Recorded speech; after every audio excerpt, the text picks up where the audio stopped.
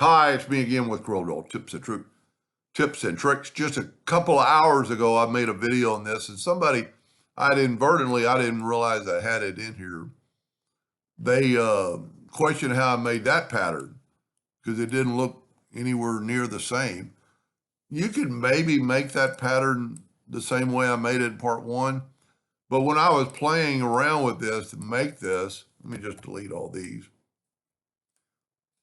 I didn't like it as much, but it is pretty cool. I just took basically I took a square and I hit P, put it in the center of the page, and then I rotated it 45 degrees. And then with my shape tool, not holding down anything, and I've got scallop corners on, I just kind of went like that. Then you're probably going to need to go and convert it to a curve. And let's go back to that Docker of corners. And let's, I don't know how, you know what, let's just use a tool here to find out how big that is. See, it's 3 inches. So you can't really do 2 inches, 3.39. Let's go 1.5. And I'm going to grab this, and there's no other nodes. So I'm going to go like that and hit apply. And it just rounded it off. Now, when I did the original one, I might have gone to 2 and had a skinny. See, it won't let me do that. You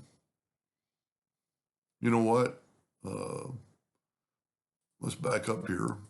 I think when I did this, I did a skinnier. So I'm going to hold down the shape tool, still got the scallop. And I just did a skinnier little part right there. Now I'm going to need to go and convert it to a curve. I could grab all the nodes, and I'm going to only go like 0.5. I can go a little bit more because I want it perfectly round. Let's go 0.6. That looks pretty good. Now what I did was open up the effects and contour. You know what? I still make this thing like 36 points, or yeah, 36 points is good. Go up to object and convert it to an object, and left click, right click, but then you need to go and break the curve apart. And as you can see, it's 2 pieces now. So I can contour the outside at 0.3. That's too much for this one. Let's just go with that 0.1. And then on the inside, contour to the inside 0.1. And I do have rounded corners selected, but in this case, it doesn't really matter. Now, if you're going to smart fill it, but it's always a good idea to break it apart because the contour will kind of take over. So I Control G, I Control D, alternate C, and rotate it to 45 degrees.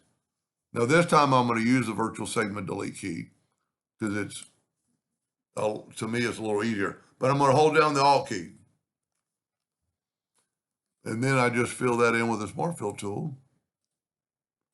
You know, in the old days, I used to probably would have cut all the way around different places. Now this isn't near really thick enough, but it'll work. Then we move that back, and let's go ahead and play with the, you know, if I hit G on my keyboard, I get the interactive fill tool. That's a hotkey on any version of Corel, unless you've changed it. I didn't like this one as much. Okay, now I've kind of lost some darkness over here, so I'm going to take this handle.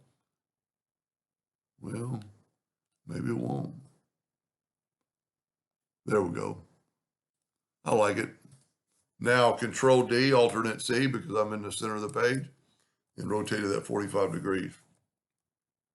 Yeah, I didn't like it as much, so that's why I kind of stopped and started making it. It does look pretty cool, though. Anyway, I hope that answered that young man's question, and thank you for watching.